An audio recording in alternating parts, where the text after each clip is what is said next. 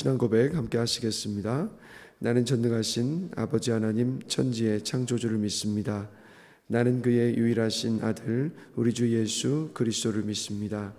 그는 성령으로 잉태되어 동정녀 마리아에게서 나시고 본디오 빌라도에게 고난을 받아 십자가에 못 박혀 죽으시고 장사된 지 사흘 만에 죽은 자 가운데에서 다시 살아나셨으며 하늘에 오르시어 전능하신 아버지 하나님 우편에 앉아 계시다가 거기로부터 살아있는 자와 죽은 자를 심판하러 오십니다.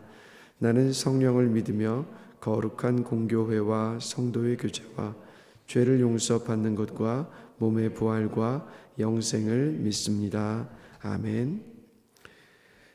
오늘 함께 보실 말씀은 마태복음 21장 12절부터 17절까지 말씀입니다. 마태복음 21장 12절부터 17절까지 말씀 함께 보시겠습니다. 마태복음 21장 12절부터 17절까지 말씀 우리 다 같이 한 목소리로 읽겠습니다. 예수께서 성전에 들어가사 성전 안에서 매매하는 모든 사람들을 내쫓으시며 돈 바꾸는 사람들의 상과 비둘기 파는 사람들의 의자를 둘러엎으시고 그들에게 이르시되 기록된 바 내 집은 기도하는 집이라 일컬음을 받으리라 하였거늘 너희는 강도의 굴을 만드느라 하시느니라. 맹인과 저는 자들이 성전에서 예수께 나오되 대제사장들과 서기관들이 예수께서 하시는 이상한 일과 또 성전에서 소리질러 호산나 다윗의 자손이여 하는 어린이들을 보고 노하여 예수께 말하되 그들이 하는 말을 듣느냐. 예수께서 이르시되 그렇다. 어린아기와 젖먹이들의 입에서 나오는 찬미를 온전하게 하셨나이다 함을 너희가 읽어본 일이 없느냐 하시고 그들을 떠나 성 밖으로 베다니에 가서 거기서 유하시니라. 아멘. 예루살렘에 들어가신 예수님께서 가장 먼저 가신 곳이 오늘 본문을 보시면 바로 성전이었습니다. 그래서 이 오늘 말씀을 보면 성전 안에는 제사에 드리는 그 제물을 매매하는 이제 사람들이 있었습니다. 왜 그러냐면 하나님께 드리는 제물은 흠이 없어야만 했습니다.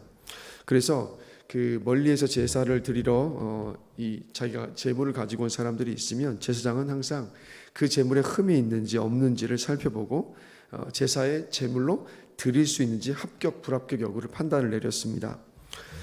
그런데 예수님 당시의 문제는 뭐냐면 흠이 없는, 그러니까 하나님 앞에 제물로 드려도 괜찮은 그 제물도 불합격이라고 판정을 내리고 난 다음에 그리고 성전 안에서 판매하고 있는 그 제물을 사도록 만들어 버렸습니다. 그러니까 당연히 그 수익은 누가 가져갔냐면 대제사장 일가가 이제 그 소득, 그 수입을 다 차지했습니다. 그래서 오늘 본문에 보시면 성전 안에 매매하는 모든 사람들을 내쫓으신 이유가 바로 여기에 있는 겁니다. 그리고 또 보시면 12절 하반절에 돈 바꾸는 상인들도 이 성전 안에 있었는데 당시 20세 이상 유대인들은요 1년에 한 번 꼭 성전세를 내야만 했습니다. 그래서 6월절과 같은 큰 명절이 되면 전 세계에 흩어져 있었던 유대인들이 절기를 지키기 위해서 예루살렘으로 다 모여들었습니다. 그렇게 모여들었을 때 그때 성전세를 냈던 겁니다. 자, 근데 문제는 뭐냐면 각 나라에 흩어져서 살고 있었던 유대인들이 와서 성전세를 내다 보니까 이제 화폐가 다 다른 겁니다. 그래서 이 성전 안에는 이 화폐를 환전해주는 환전소가 있었습니다. 자, 그런데 문제는 뭐냐? 또 이 안에 또 환전을 해줄 때 적절한 그때 당시 뭐 우리나라 요즘 시대로 치면 그 환율을 따라서 적절하게 시세를 받으면 괜찮은데 환전세를 굉장히 비싸게 받았고요. 그 수입도 역시 누가 취하고 있었냐면 바로 대제사장 일가가 그 수익을 또 다 차지하고 있었던 겁니다. 그래서 이런 문제들 때문에 예수님께서 성전 안에서 매매하는 모든 사람들 다 내쫓으셨고, 그리고 돈 바꾸는 사람들의 상과 비둘기 파는 사람들의 의자를 다 둘러 엎으셨던 겁니다. 그래서 이 당시에 예루살렘 성전은요, 겉으로 보면 하나님을 예배하는 곳이었지만 실제로는요 하나님이 아니라 돈을 예배하는 곳이기도 했습니다.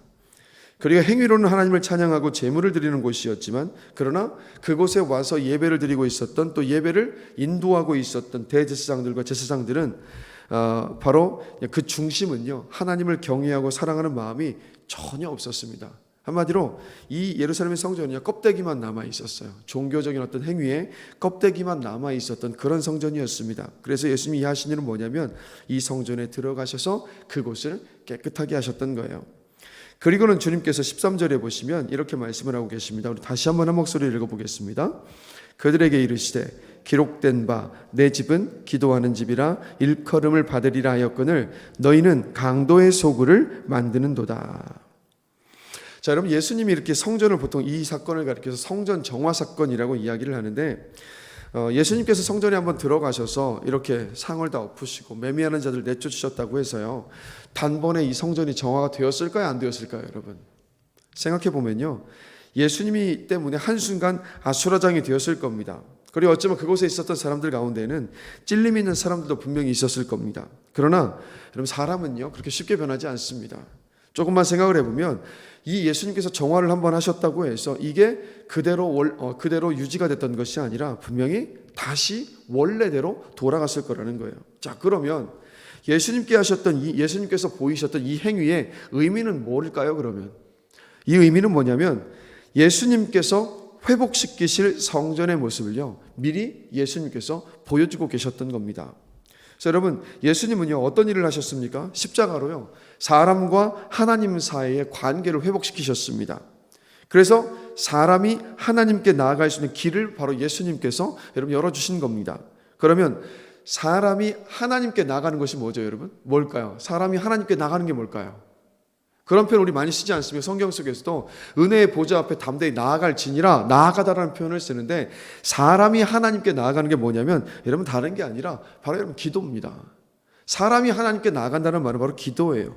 그래서 예수님은 어떤 일을 하신 거냐면 사람이 하나님께 하나님과 기도를 통해서 하나님께 나아가서 하나님과 교제하고 하나님과의 관계를 누리게 하는 그 길을 우리 예수님께서 열어주신 겁니다. 그래서 예수님께서 십자가에 못 박혀 죽으셨을 때 일어났던 사건을 성경에서 어떻게 기록하고 있냐면, 성전 안에 성소와 지성소를 가리고 있었던 그 휘장이 위에서부터 아래로 찢어졌다라는 표현을 하고 찢어지는 사건이 일어났는데, 그 뜻이 뭐냐면 바로 사람이 이제는 제사장을 통하지 않고 직접 하나님께 기도로 나아갈 수 있는 그 길을 예수님께서 열어주셨다라는 겁니다.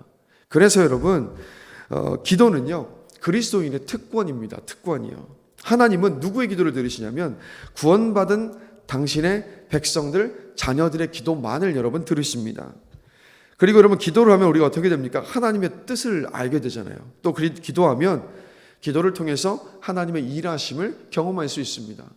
그래서 많은 분들이 중고등학생들 수련을 위해서 또 한마음이 돼서 또 많이 기도해 주셨는데, 어젯밤에 늦게 수련회 이제 마지막 집회가 끝나고 나서, 저녁 집회가 끝나고 나서 밤에 제가 도착하니까 11시 한 15분이었던 것 같은데, 그때 도착해서 아이들을 보니까 전부 은혜를 너무 많이 받은 거예요.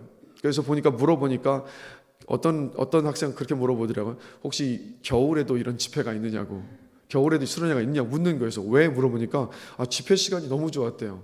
너무 감사하더라고요. 그리고 또 감사한 건 뭐냐면, 우리 중고등학교 아이들의 특징이 뭐냐면, 우리 교회 중고등학교 아이들 특징이 뭐냐면, 뭐라고 표현해야 되죠?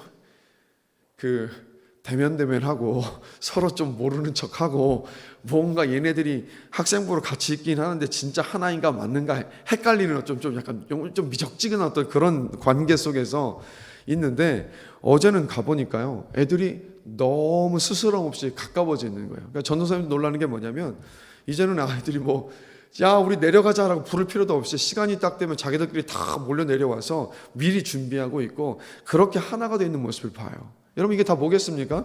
바로 우리의 기도에 대한 하나님의 응답이라고 저는 확신합니다. 그러니까 뭐냐면, 기도하면 무엇을 경험하냐면 하나님의 일하심을 경험할 수 있어요. 제가 언젠가 설교에도 말씀드렸지만, 하나님을 만나고 하나님을 경험하고 하나님의 일하심을 경험하는 길은요, 기도 외에는 다른 길이 없습니다. 여러분, 바로 기도가 그것의 통로가 되죠. 그리고 기도하면 하나님이 주시는 평안을 누리잖아요. 그리고 기도하는 사람만이 소망을 품을 수 있습니다. 낙심과 절망을 안고 왔다가도 기도를 한번 하고 나서 그 다음에 그 자리를 일어서면 어떤 마음 안에 낙심과 절망이 소망과 기대감으로 바뀌어 있는 것, 우리 다 경험하는 거 아니겠습니까? 바로 하나님이 주시는 그 평안과 소망을 경험하고, 그래서 여러분, 주님이 열어주신 기도라는 것, 바로 주님께서 열어주신 구원받은 저와 여러분이 누리는 바로 특권이라고 저는 확신합니다. 그래서 기도는요, 믿는 사람의 특권입니다. 바로 이것을 주님께서 회복시켜 주신 거예요. 그래서 여러분, 예수님 만민이 기도하는 집이어야 하는 성전을 회복시키실 것을 상징적으로 오늘 본문의 사건을 통해서 먼저 보여주셨던 겁니다.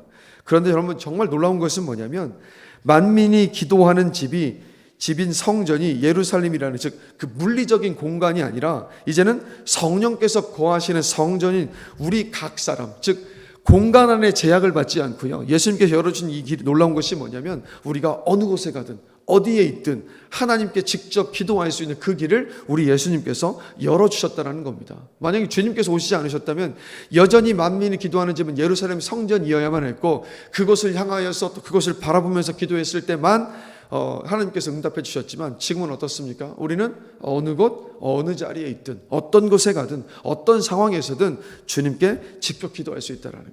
그래서 오늘 하루도 살아가시면서요, 이 새벽 시간도 정해서 기도하시지만, 그러나 우리의 삶의 모든 순간순간마다 기도가 필요하고 주님의 도움이 필요한 순간들이 있지 않습니까? 그럼 그럴 때마다 하나님의 도우심을 구하면서 기도하시는 저와 여러분이 되기를 간절히 기도합니다. 막 성령님의 지혜를 구하시고, 마음의 기쁨도 구하시고, 평안함도 구하시고, 관계 속에서 어떻게 해야 될 것인가, 성령님 어떻게 하면 좋겠습니까, 도움을 구하실 때 그 기도로 나아갈 때마다 하나님께서 반드시 응답하여 주십니다. 그래서 여러분, 바로 이것을 회복시키신 거예요. 그리고 나서 보시면 예수님은요, 맹인과 저는 자들이 성전에서 예수께 나아오시니까 그들을 또 고쳐주셨습니다. 그리고 그 모습을 지켜보고 있었던 아이들이 호산나 다윗의 자손이여 하며 예수님 보면서 기뻐하면서 찬양하며 외쳤습니다.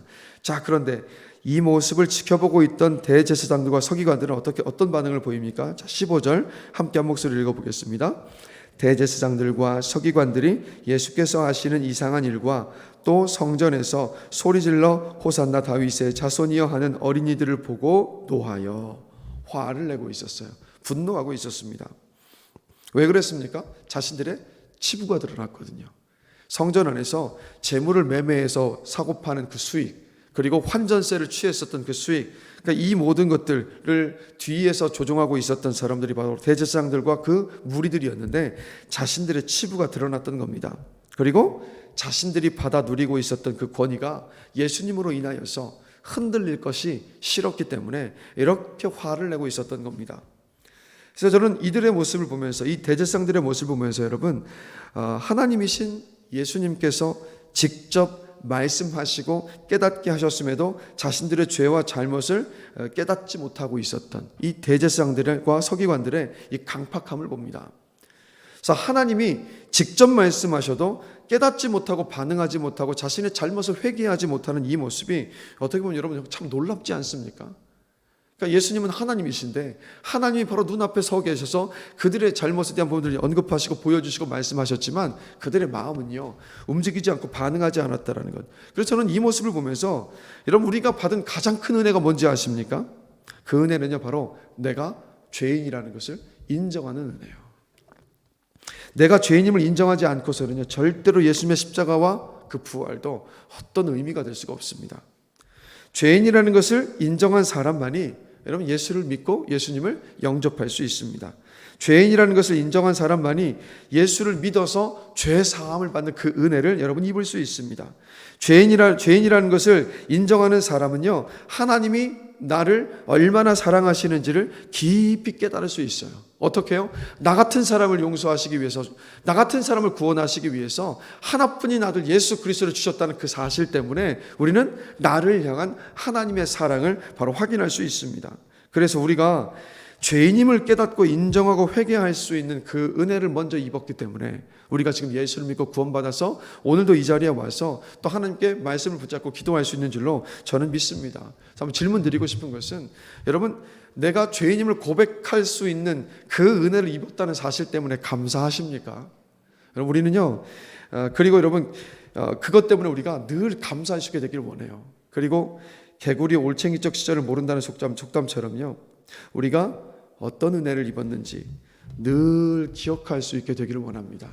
내가 어떤 은혜를 입었는데, 나 같은 죄인에게 하나님께서 어떤 은혜를 주셨는데, 나를 어떻게 사랑하여 주셔서 하나뿐인 아들 예수를 보내시고 내가 예수를 영접하게 하셨는데 라는 이 감사하는 마음, 이 감격이 이 저와 여러분 안에 늘 머물러 있게 되기를 전 주님의 이름으로 간절히 축원합니다.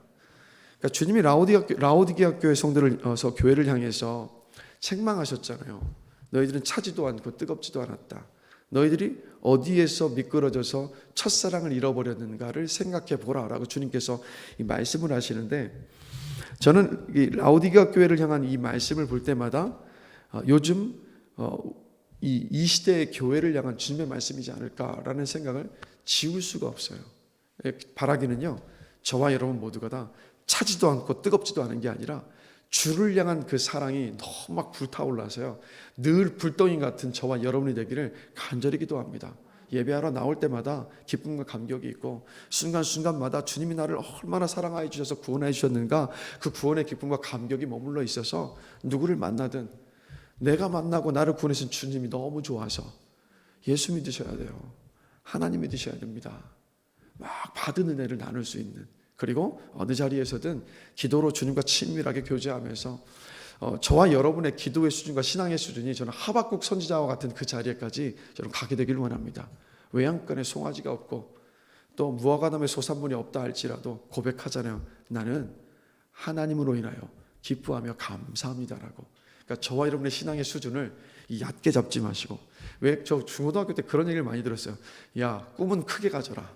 꿈은 크게 가지면 거기에 다 다다르지 못할 수는 있지만 그러나 그것보다 못하더라도 그래도 더 뭐 나을 수 이런 의미로 항상 그 얘기를 들었었는데 여러분 저와 여러분의 목표치는 어디냐? 성경 속에 우리가 정말 감히 범접하기 어려운 어떤 그런 인물들이 있지 않습니까? 하박국도 그와 같은 인물 가운데 하나인데 여러분의 신앙의 목표를요 그곳에 잡으시고 늘 바라보시며 기도하실 수 있으면 좋겠습니다. 하나님 하박국과 같은 신앙을 제가 갖기를 원합니다. 정말 하나님 한 분만으로 인해서 기뻐하며 감사하며 감격하고 싶습니다. 하나님만이 내 유일한 기쁨이고 소망인 그 삶을 살고 싶습니다라고 우리 여러분 이렇게 기도할 때 이건 거룩한 욕심이지 않습니까? 그럼 하나님께서 우리의 기도를 들으시고 저는 반드시 응답해 주실 줄로 믿습니다. 이곳에서 기도하시는 분들이 정말 기도를 통해서 하나님과 가까워지시고 하나님이랑 그 믿음 안에 온전히 서시고 하나님의 일하심도 경험하시고 하나님께 주시는 그 평안함도 누리시고 그리고 무엇보다도 하나님이 나를 얼마나 사랑하시는지 또 오늘 기도하는 이 시간을 통해서 깊이 누리고 확인하시는 복된 시간이 되시기를 주님의 이름으로 축복합니다. 잠시 기도하시겠습니다. 하나님 아버지 오늘 본문의 예수님은 성전을 깨끗하게 하시면서 예수님께서 십자가를 통해서 이루실 일을 먼저 보여주셨던 모습을 봅니다. 예수님의 십자가를 통해서 사람이 직접 하나님께 기도로 나아갈 수 있는 그 길을 활짝 열어주셨습니다. 하나님 우리가 오늘도 이 새벽 시간을 이 하루의 첫 시간을 주 앞에 나와서 기도할 수 있는 이유는 무엇이겠습니까? 그 이유는 내가 기도하면 하나님께서 들으시냐는 그 믿음의 확신이 있기 때문입니다. 그런데 이 믿음의 확신을 우리가 갖게 된 것은 바로 예수님께서 십자가를 통해서 하나님께로 가는 길을 열어주셨기 때문임을 이 시간 고백합니다.